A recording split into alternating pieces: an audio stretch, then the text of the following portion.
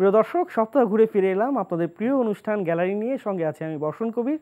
ইতিমধ্যে আপনারা জেনেছেন যে বিশ্ব টি-20-র জন্য বাংলাদেশের মাটিতে অক্টোবরে যে টুর্নামেন্টটি আয়োজন করতে যাচ্ছে আইসিসি, তার আনুষ্ঠানিক সূচি ঘোষণা করা হয়েছে। যে টুর্নামেন্ট নিয়ে আশাবাদ জানিয়েছেন স্বাগতিক অধিনায়ক নিগার সুলতানা জ্যোতি।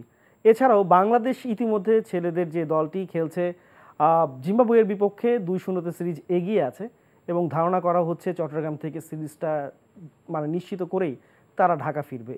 এমন অনেক কিছু বিষয় নিয়ে আমরা আলাপ করার জন্য আজ স্টুডিওতে আমরা আমন্ত্রণ জানিয়েছি সিনিয়র ক্রীড়া সাংবাদিক আতিফ আজমকে। আতিফ আজম, আপনাকে অনেক ধন্যবাদ এবং স্বাগত আমাদের স্টুডিওতে আসার জন্য। আপনাকে ধন্যবাদ। আতিফ আজম, আপনি তো জানেন যে বাংলাদেশের যে ওয়ার্ল্ড টি-20 10 বছর পর আসলে যেহেতু 2014-তে সবশেষ বাংলাদেশ এই টুর্নামেন্টটি আয়োজন করেছিল, সেটা আসলে যৌথভাবে মেয়ে এবং ছেলেদের টুর্নামেন্টটা আয়োজন হয়েছিল, যেখানে শ্রীলঙ্কা ছেলেদের টুর্নামেন্ট চ্যাম্পিয়ন হয়েছিল। এবার মেয়েদের আলাদাভাবে ওয়ার্ল্ড টি-20 যেটা হচ্ছে, ইতিমধ্যে শ্রীলঙ্কা মূল পর্বে নাম লিখিয়েছে। বাংলাদেশ কেমন করতে পারে এমন একটা পারসেপশন বা এমন একটা আলাপ আলোচনা কিন্তু চারদিকে শুরু হয়ে গেছে। আমরা অস্ট্রেলিয়ার বিপক্ষে বাংলাদেশে যে সাম্প্রতিক খেলা দেখেছি বা ভারতের বিপক্ষে চলমান সিরিজে যেমন দেখছি, আপনার কি মনে হয়? না, বর্তমানে যে বাংলাদেশ যেভাবে খেলছে আর কি, বাংলাদেশ মহিলা দল ভারতের সাথে যেভাবে খেলছে এবং তার আগে অস্ট্রেলিয়ার সাথে যেভাবে খেলেছে, এই দুটো সিরিজকে বাদ দিলে তার আগে বাংলাদেশ ভালো খেলেছে। কিন্তু এই দুটো সিরিজে বাংলাদেশের খেলা কোনোভাবেই তারা যে পারফরমেন্স করেছে সেই পারফরমেন্সের ধারে কাছেও নাই। বাংলাদেশের ব্যাটিংটা মহিলাদের অত্যন্ত টু বি অনেস্ট ব্যাটিংটা তাদের মতোই হচ্ছে না। তাদের একটা টিম যদি ব্যাটিংটা না থাকে তাহলে তো ধরেন মাঝে মাঝেই তারা কিন্তু ভালো একটা পজিশনে বোলিং ইউনিট কিন্তু কিছু কিছু জায়গায় দেখা গেছে তারা হয়তো চাপটাপ দিতে পারছে, বাট ব্যাটিং রিপিটেড ব্যাটিং ফেলিয়ারটা আসলে বাংলাদেশকে এমনভাবে ভোগাচ্ছে যে এখান থেকে বেরিয়ে না আসলে ওয়ার্ল্ড কাপে বাংলাদেশ খুব বেশি কিছু করবে বলে আমার মনে হয় না। আর দ্বিতীয় কথা হচ্ছে, বাংলাদেশের ওয়ার্ল্ড কাপে যারা অপোনেন্ট তারাও ভালো অপোনেন্ট হবে। So they will have to find a way out to score minimum 150 runs. এটা তো একটা বেশ চ্যালেঞ্জিং ব্যাপার। চ্যালেঞ্জটা আসলে বাংলাদেশ ক্রিকেট বোর্ডেরও থাকবে। আমরা একটু দেখে নিতে চাই গতকালকের এই অনুষ্ঠানের, যখন আমরা আনুষ্ঠানিক সূচিটা একটা স্থানীয় হোটেলে হয়েছে, সেখানে পরবর্তী অবস্থায় প্রতিক্রিয়া আইসিসি এবং বিসিবি কিভাবে দিয়েছে। পসিবল যতগুলো ভেন্যু ছিল ওনারা দেখে বোধহয় মনে করেছে এই দুটো হলেই এই টুর্নামেন্টের জন্য সবচেয়ে ভালো হয়। এখানটা তো শুধু আমাদের ব্যাপার না, এখানে আইসিসিও আছে, আমাদের বোর্ডও আছে। বাংলাদেশের অনেক সুযোগ আছে নারী ক্রিকেটকে এগিয়ে নেওয়ার। আমরা দেখেছি এদেশের মানুষ ক্রিকেট কতটা পছন্দ করে।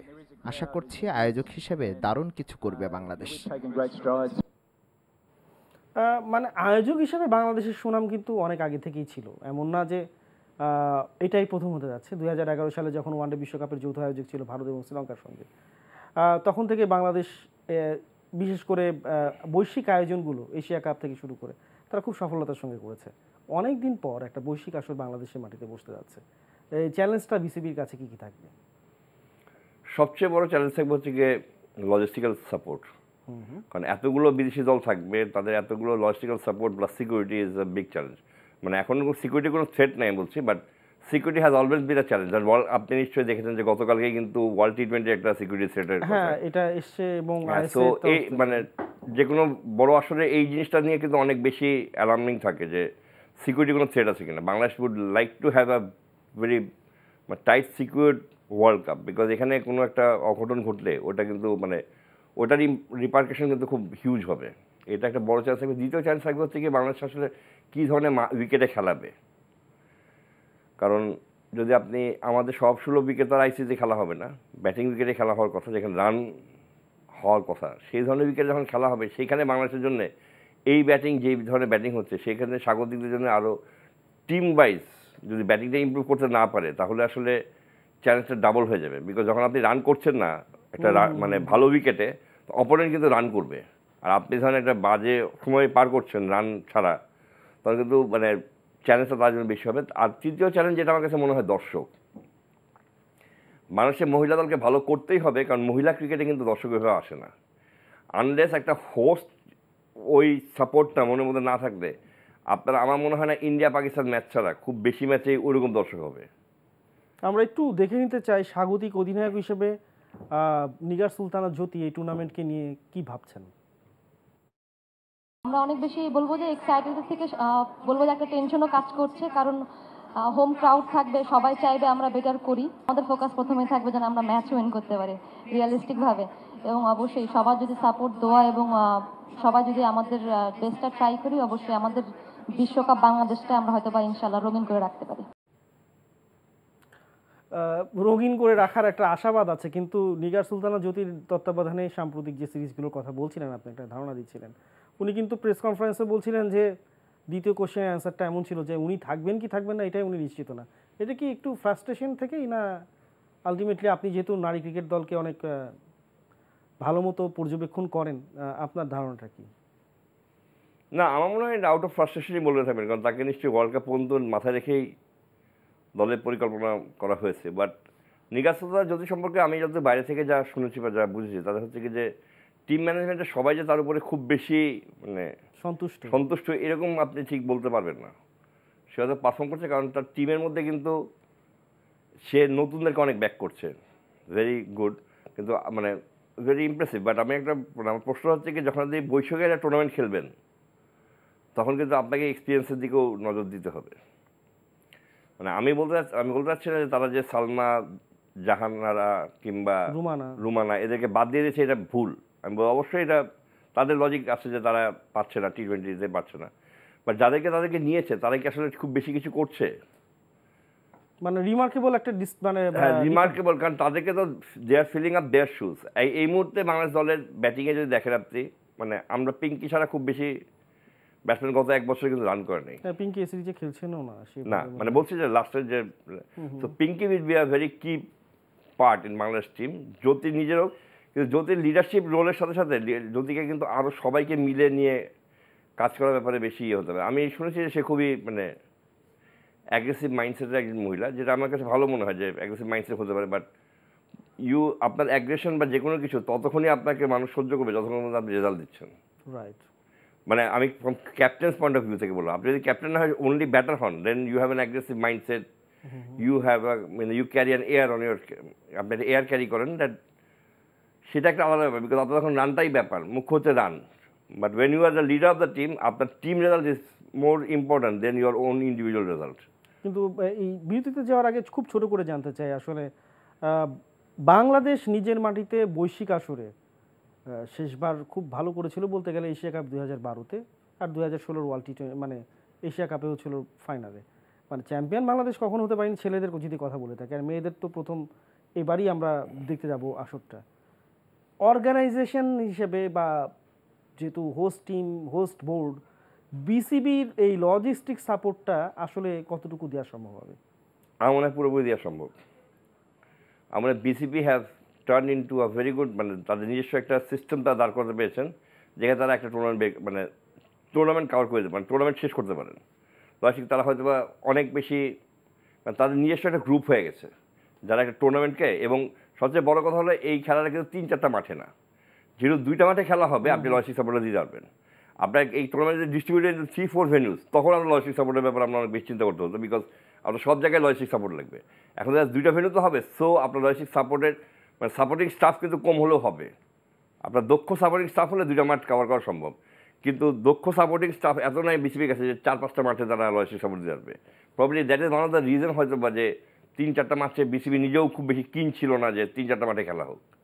বিকাশে কম খরচে ক্যাশ আউটের লিমিট বেড়ে 50,000, প্রিয় এজেন্টও 2টা। আমরা নারী ওয়ার্ল্ড কাপ বা বিশ্ব টি20 নিয়ে যেটা কথা বলছিলাম, একই সঙ্গে বাংলাদেশেরও ওয়ার্ল্ড টি20 সমাগম মানে দরজায় করাই নাড়ছে। তার আগে যে শেষ প্রস্তুতি পর্ব দেশের মাটিতে জিম্বাবুয়ের বিপক্ষে প্রথম 2টো ম্যাচ বাংলাদেশ জিতে গেছে। এই অনুষ্ঠান যখন সম্প্রচার হচ্ছে তখন 3য় ম্যাচের প্রস্তুতি আর কি বাংলাদেশ নিয়ে শুরু করেছে বা খেলতে যাবে। আপনি বাংলাদেশের এই 2টো ম্যাচ থেকে আপনার ফাইন্ডিংসটা কি? আপনি যা চেয়েছিলেন বা ক্রিকেট সাংবাদিক হিসেবে আপনার কি মনে হয় বা আমাদের ব্যাটিংটা খুব সন্তোষজনক অবস্থায় আছে? না, ফ্রম ব্যাটিং পার্সপেক্টিভ তো আমাদের মনে হয় না যে আমরা খুব বেশি মানে আপ্লুত হওয়ার মতো কোনো অবস্থানে আছি। হ্যাঁ, বাংলাদেশ খেলা জিতছে বিকজ বাংলাদেশের বোলিংটা খুব ভালো হচ্ছে, এবং মানে বোলিংটা ভালো হচ্ছে। তারপরেও একটা কথা হচ্ছে যে প্রথম ম্যাচে কিন্তু বাংলাদেশ এক জায়গা থেকে কিন্তু মানে বোলিংয়ের they just stop somewhere. 7 wicket পরে যাওয়ার পরে কিন্তু জিম্বাবুয়ে একটা বড় এবং দুটো ম্যাচেই একবার 7 উইকেট একটা 5 উইকেট, যার পরেই কিন্তু কিলিং হ্যাঁ, ইনস্টিংক্টের অভাবটা ওই জায়গাটা অভাব ছিল। ওই প্রথমত কিলিং ইনস্টিংক্টের অভাব একটা ছিল, আর দ্বিতীয় কথা হচ্ছে যে আমরা আসলে একটা রান দেখলে ওই রানটাকে কত ওভারে চেস করে যাচ্ছে। আমার কাছে প্রশ্ন হচ্ছে যে জিম্বাবুয়ের সাথে জয়টা, সবাই বলছে যে জয়টা খুব দরকার। আমার কথা হচ্ছে যে জিম্বাবুয়ের সাথে জয় না, জিম্বাবুয়ের সাথে ডমিনেট করা দরকার। মানে ডমিনেট ইন দ্য সেন্স যে that is more visible dominance. তাহলে কি টস জিতে ব্যাটিং নেওয়াটা কি বেশি মোক্ষম হতো কিনা, এই আলোচনাটাও আছে ক্রিকেটারের অন্দরমহলে, যে বা দ্বিতীয় টি-20তে বাংলাদেশ টস জিতে জিম্বাবুয়েকে ব্যাটিং করতে পাঠানোতে এতে করে বাংলাদেশের ব্যাটিংয়ের যে শক্তিটা, পরীক্ষাটা, এটা আসলে ঠিক মতো দেওয়া হলো না আর কি। না, এখন আজকে সকালে সম্ভবত নিক পথের কথা বলছিলেন, আমি দেখছিলাম নিক পথের কথা কোনো জায়গায়, সেখানে তিনি বলছেন তাদের সিরিজ জেতাটা বেশি ইম্পর্টেন্ট তাদের কাছে। এটা কি একটু নেগেটিভ মাইন্ডসেট মনে হচ্ছে কিনা? না, তারা সিরিজ জিতে হয়তো বা তারা লাস্ট 2 ম্যাচেসে they will go for different options, মানে যদি তাদের সুযোগ হয়, কারণ টসও জিততে হবে। আমার যেটা মনে হচ্ছে যে মানে Tanzid Tamim have proved his worth in টি-20 ইন দ্য ফার্স্ট গেম, মানে হি রিয়েলি ডিড। যদিও আপনি বলতে পারেন যে তার লাইফ ছিল, অনেক কিছু ছিল, আপনার টি-20 থেকে লাইফ থাকে, বা তানজিদ তামিমের উপরে এখন প্রশ্ন থেকে একটা প্লেয়ারের উপরে যখন ভরসা যখন করবেন, তাকে টি-20 পুরো ওয়ার্ল্ড কাপটা খেলানো যায় কিনা, মানে ওই ব্যাপার চিন্তা করেই যাওয়া হচ্ছে। কারণ বিকজ লিটন কুমার দাস কিন্তু এখন ফর্মে নেই। খুব গুরুত্বপূর্ণ একটা জায়গায় এসেছেন, আমরা একটু নাজমুল হাসান পাপন বিসিবি প্রধানের বক্তব্য শেষ নিয়ে তারপর আপনার কাছে আসছি। কথা হয়েছে জালাল ভাইয়ের সাথে, কালকে রাত্রে কথা হয়েছে।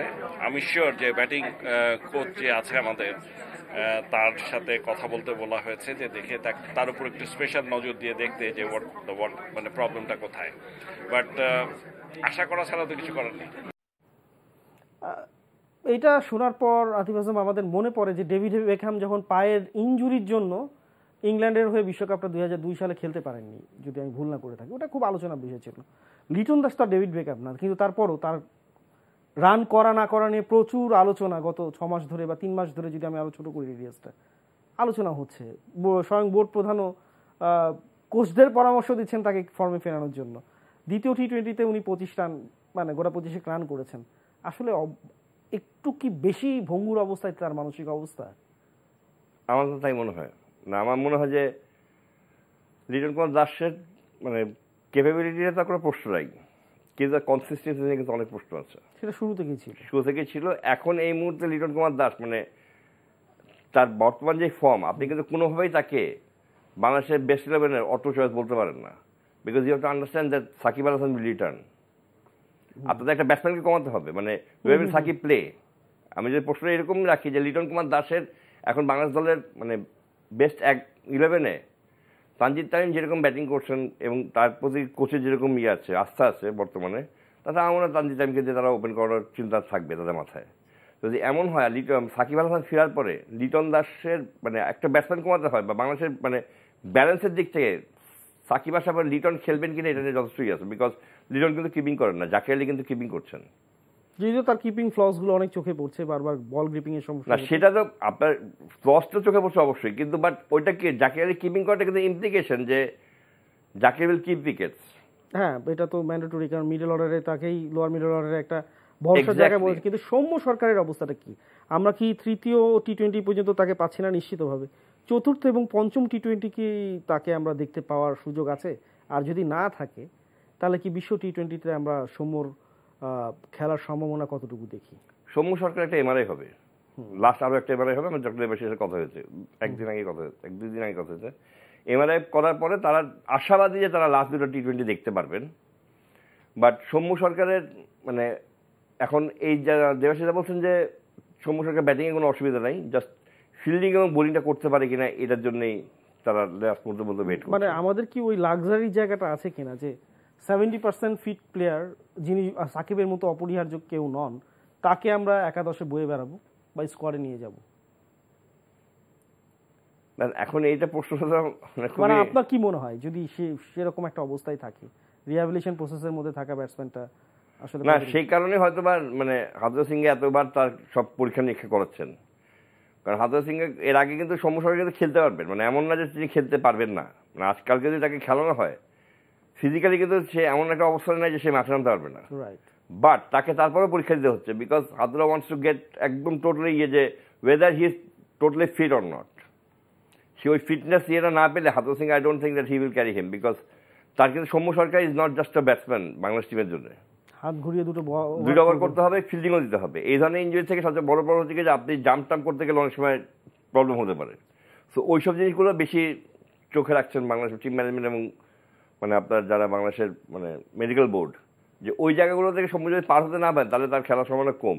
আর লাক্সারির কথা যেটা বললেন, ধরেন বসুন ভাই আপনি নিজেও দেখেছেন, আমি নিজেও দেখেছি যে অনেক সময় কোচের যদি ব্লু আইড হন তখন 70-80% মানে ফিটনেস নিয়েও কিন্তু মানুষের ট্যুর করেন এবং 11-এও খেলেন এবং 2-4টা ম্যাচ ফ্লপ করার পরে 1-2 ম্যাচে রান করার পরে আমরা সবাই বলিও যে উনি ছিলেন বলেই কোচ ছিলেন বলেই বা আস্থা রেখেছিলেন বলেই আজকে এই প্রতিদান। আমরা খুব শেষের দিকে চলে এসেছি। ওয়ার্ল্ড টি20তে আমরা আনুষ্ঠানিকভাবে অন্যান্য বোর্ডগুলোকে যেভাবে দলগুলো ঘোষণা করতে দেখলাম, আইসিসি যেভাবে প্রজেকশন দিল, এমন এমন দল, কোরি অ্যান্ডারসন যুক্তরাষ্ট্রের হয়ে খেলবেন, নিউজিল্যান্ডের সাবেক অলরাউন্ডার। বাংলাদেশের ক্ষেত্রে আমরা তেমন কিছু দেখলাম না, যেটা আসলে একটু সমালোচনার সৃষ্টিও করেছে বলা যায়। আমরা তো এর আগে এরকমভাবে দেখে অভ্যস্ত হইনি। এটার কারণটা কি? আমরা কি মনে করছি যে একটা দল তো তারা আইসিসিকে দিয়েছেন, এটা গণমাধ্যমের কাছে আসাটা কেন হলো না বা পাঠানো হলো না কেন? খুব সিম্পল বর্ষণ ভাই, আপনার সামনে যদি কোনো গোল না থাকে you will not give you 100%। আচ্ছা, আজকে যদি তারা দলটা ঘোষণা দিত, সেই দলে যদি পারভেজ হোসেন ইমন না থাকতো, তার পারভেজ হোসেন ইমন যদি 5th ম্যাচটা খেলে বা 4th ম্যাচটা খেলে, সে তো 100% দিতে পারবে না। বিকজ তার সাথে ইমিডিয়েট গোলটা কি? যেহেতু দলটা দেওয়া হয় নাই, যারাই আছে দলের মধ্যে তারা সবাই চিন্তা করছে we can still have a chance. বুঝতে পারছি। আর they do have a chance because এই দলটা চেঞ্জ করা যাবে মে মাসের 24 তারিখ পর্যন্ত। So just to give them that mental মানে স্পেস যে ইউ গিভ 100%, উই হ্যাভেন্ট মানে তার মানে যে আপনি আপনার যে স্কোয়াডটা নিয়ে এখন খেলাচ্ছেন তা সেটা নিয়ে আপনি আত্মবিশ্বাসী না?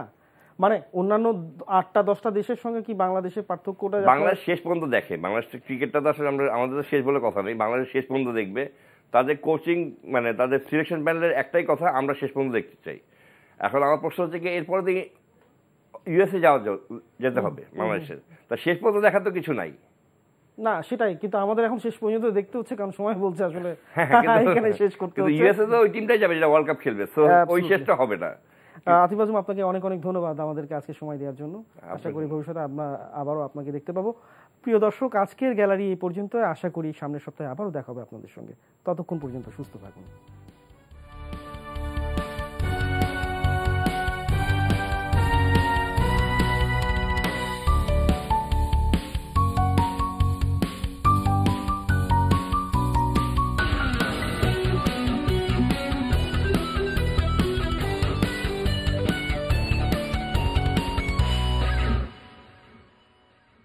বিকাশে কম খরচে ক্যাশ আউটের লিমিট বেড়ে 50,000, প্রিয় এজেন্টও 2টা।